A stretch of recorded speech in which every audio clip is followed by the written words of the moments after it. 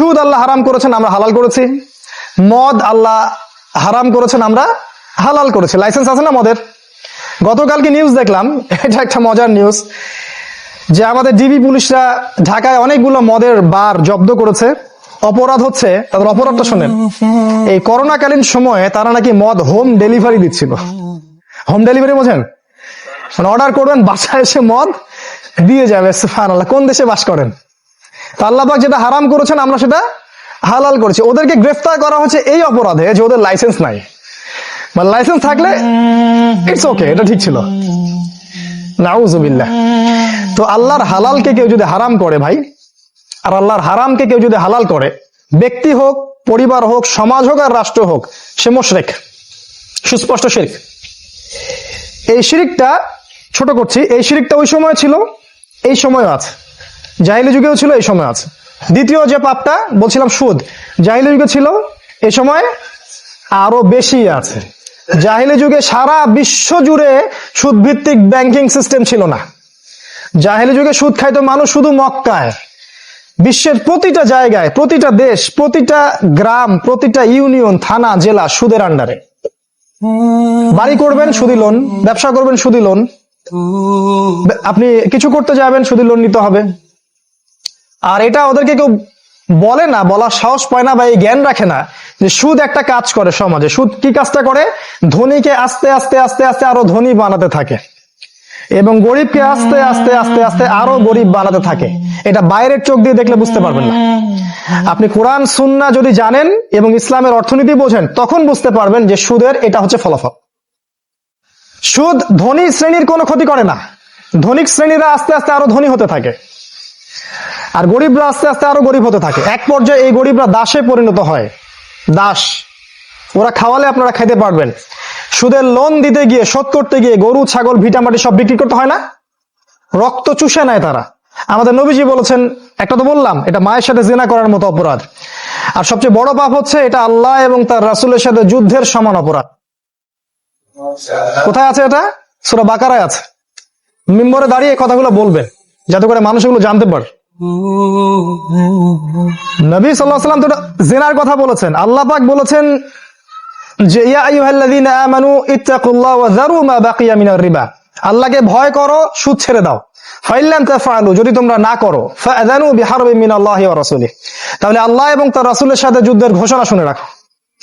উচিত ছিল আমাদের যে আমরা যুদ্ধ করব আল্লাহ এবং তার রাসূলের পক্ষে। তা আমরা সুদ খাওয়ার মধ্য দিয়ে তাদের বিপক্ষে যুদ্ধ করছি। শুধু আমরা করছি না, পুরো দেশই করছে। পুরো বিশ্ব আজকে আল্লাহ এবং তার রাসূলের বিরুদ্ধে যুদ্ধ করছে। এজন্য বিশ্বে দেখবেন একটার পর একটা বালা মুসিবত, মহামারী, গজব, আযাব, দাবানল, এই সেই চলতে থাকবে। সামনে আরো বেশি বেশি আসবে, সামনে আরো বেশি বেশি মহামারী হবে, ভূমিকম্প হবে, জলোচ্ছ্বাস হবে, বন্যা হবে, আসমানের গজব আসবে, জমিনের বালা আসবে। আসমান থেকে সামনে ধোঁয়া আসবে, ধোঁয়া, পুরো বিশ্বটাকে ধোঁয়া ছেয়ে যাবে। সূরা দুখানের মধ্যে আছে কিয়ামতের আগে আগে এই পুরো বিশ্বটাকে ধোঁয়ায় ঢেকে দিবে, ধোঁয়া। এবং এই পুরো বিশ্বের বড় বড় যারা পরাশক্তি আছে, যেমন আমেরিকা, ইসরায়েল, রাশিয়া, এই যে কান্ট্রিগুলো বড় বড়, এদের মধ্যে আল্লাহ যুদ্ধ লাগিয়ে দিবেন সামনে। এবং এই যুদ্ধটা হবে পারমাণবিক যুদ্ধ। পারমাণবিক যুদ্ধ, এক একটা বোম পড়বে, একটা একটা করে দেশ ব্লাস্ট হয়ে যাবে। ওই যে জাপানের হিরোশিমা নাগাসাকির ঘটনা জানেন, ওই রকম আর কি। এটা সামনে হতে যাচ্ছে। আমার ধারণা আজকে থেকে 10 বছরের মধ্যে হয়ে যাবে ইনশাআল্লাহ। আমি ভুল হতে পারি, আমি এস্টিমেট দিলাম একটা আর কি। আমাদের হাতে সময় বেশি নাই। যাই হোক, এই সুদটা ওই সময় ছিল, এই সময় আছে। শুধু আর একটা পাপ আছে, এটা বলে লোভ সামলাতে পারছি না। নবীজি বলেছেন যে ব্যক্তি 1 দিরহাম সুদ খেলো, 1 দিরহাম, দিরহামটা কি সেটা পরে বলবো। নবীজি বলছেন যে ব্যক্তি 1 দিরহাম সুদ খায় সে যেন 36টা মেয়েকে ধর্ষণ করে। এটা বুখারীতে আছে হাদিসটা, খুলে দেখিয়ে দিন। দিরহাম কি? দিরহাম হচ্ছে রূপার কয়েন। রূপার কয়েন কোনদিন দেখছেন? রূপার কয়েন? আপনারা কি জানেন যে কোরআনের মধ্যে, এই বইয়ের মধ্যে, আল্লাহর কিতাবের মধ্যে 2টা পয়সার কথা আছে, সোনার কয়েন আর রূপার কয়েন। এই 2টা হচ্ছে ইসলামের কারেন্সি, ইসলামের টাকা। এই আজকে থেকে 100 বছর আগ পর্যন্ত সোনার কয়েন এবং রূপার কয়েন ছিল। এই বিগত 100 বছরে দেখবেন এগুলো উঠে গেছে। এগুলো উঠে যায়নি ভাই, এগুলোকে সুপরিকল্পিত ভাবে উঠিয়ে দেয়া হয়েছে। কেন দেয়া হলো? কারণ সোনার কয়েন আর রূপার কয়েনকে বলা হয় দিনার এবং দিরহাম। এটাকে যখন তুলে দেয়া হয়েছে, ওর জায়গায় কাগজের টাকা ছেড়ে দেয়া হয়েছে। আর এই কাগজে যে টাকাটা আমরা ব্যবহার করি, এর অভ্যন্তরীণ কোনো ভ্যালু নাই, কোনো মূল্য নাই। কিরকম? একটা উদাহরণ দিলে বুঝতে পারবেন, বোঝার চেষ্টা করেন। মনে করেন আমি 1 মাস আপনাদের এখানে কামলা খাটলাম, আপনি আমাকে খুশি হয়ে 20,000 টাকা দিলেন, কথার কথা। আমি টাকাটা নিয়ে গিয়ে আমার স্ত্রীকে দিলাম, দিয়ে বললাম টাকাটা রেখে দাও, এই টাকাটা 2 বছর পরে বের করবা, তখন এই 20,000 টাকা দিয়ে কিছু করবো ইনশাল্লাহ আমরা। তো 20,000 টাকা 2 বছর পর বের করার পর দেখা গেল যে 2 বছর আগে 20,000 টাকার যে মূল্য ছিল, 2 বছর পর 20,000 টাকার সেই মূল্যটা পাচ্ছি না। মানে 2 বছর আগে 20,000 টাকা দিয়ে আমি হয়তো একটা গরু কিনতে পারতাম, 2 বছর পর দেখছি 20,000 টাকা দিয়ে একটা ছাগলও কেনা যাচ্ছে না। টাকার মান কমে যায় নাই, কমিয়ে দিয়েছে। টাকার মান কমে যায় না, টাকার মান কমিয়ে দেয়া হয়। কারা কমায়? ওই ইসরায়েলে বসে বসে ওরা কমায়। ইসরায়েলে যারা বসে আছে, জায়নিস্টরা, ইহুদি এবং খ্রিস্টান সম্প্রদায়, এরা বসে বসে এই কাজটা করে। কারণ এরা একটা ব্যাংকিং সিস্টেম চালু করেছে। এই ব্যাংকিং সিস্টেমটার ভিত্তি হচ্ছে সুদ এবং কাগজের টাকা।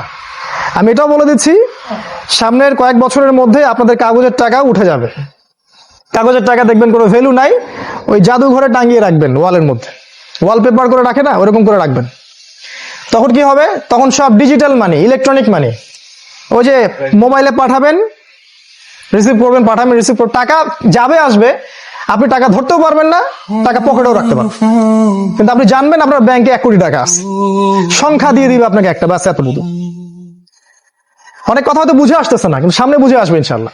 এগুলা কোনো কিছুই এমনি এমনি হচ্ছে না, এগুলোর পিছনে একটা শক্তি কাজ করতেছে। যারা চায় যে অর্থনৈতিক ভাবে আমরা একদম পঙ্গু হয়ে যাই, তারা আমাদের সমস্ত সম্পদগুলো লুটে পুটে খাচ্ছে। আমরা সোনা এবং রূপা ওদের হাতে তুলে দিচ্ছি, দিয়ে কাগজ এবং ইলেকট্রনিক মানি নিয়ে আসতেছি। আমাদের তেল ওদের হাতে তুলে দিচ্ছি, দিয়ে ওদের কাছ থেকে কাগজের ডলার নিয়ে আসতেছি। সামনের কয়েক বছরের মধ্যে দেখবেন ব্যাংকিং সিস্টেমটা পড়ে যাবে। যাদের ব্যাংকে অনেক টাকা পয়সা আছে বের করে ফেলেন, ব্যাংক আর থাকবে না। মার্কিন ডলার চিনেন? এই মার্কিন আমেরিকান ডলার আর থাকবে না, সব দেখবেন ইলেকট্রনিক মানি হয়ে গেছে।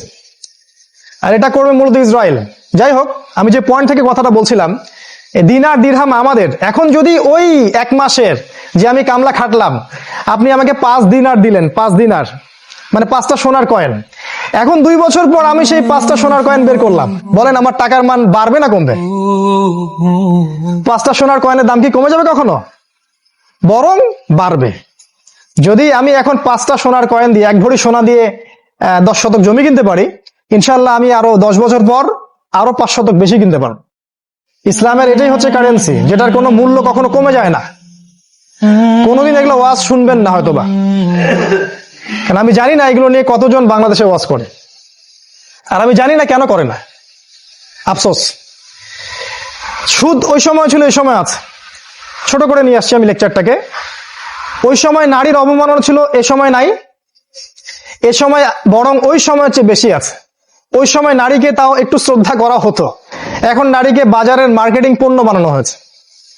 একটা স্যান্ডো গেঞ্জি কিনতে যাবেন, দেখবেন সেখানে মেয়ের ছবি। ওই যে ভিতরে একটা প্যান্ট পরি আমরা, আন্ডারপ্যান্ট কিনতে যাবেন, সেখানে দেখবেন মেয়ের ছবি। টিভি, সিরিয়াল, মিডিয়া, নাটক, টেলিভিশন, এই শো ওই শো, দেখবেন নারীকে সব ন্যাংটা করে ছেড়ে দেওয়া হয়েছে। ভাষাটা এইভাবে বলতে হলো আর কি। আর নবী সাল্লাল্লাহু আলাইহি ওয়াসাল্লাম বলেছিলেন আজকে থেকে 1400 বছর আগে, যে কিয়ামতের আগে আগে 1 শ্রেণীর মেয়ে আসবে, যারা কাপড় পরেও ন্যাংটা থাকবে। কাপড় পরবে কিন্তু ন্যাংটা থাকবে। নিসাউন কাসিয়াতুন আরিয়া, কাপড় পরেও তারা নগ্ন থাকবে।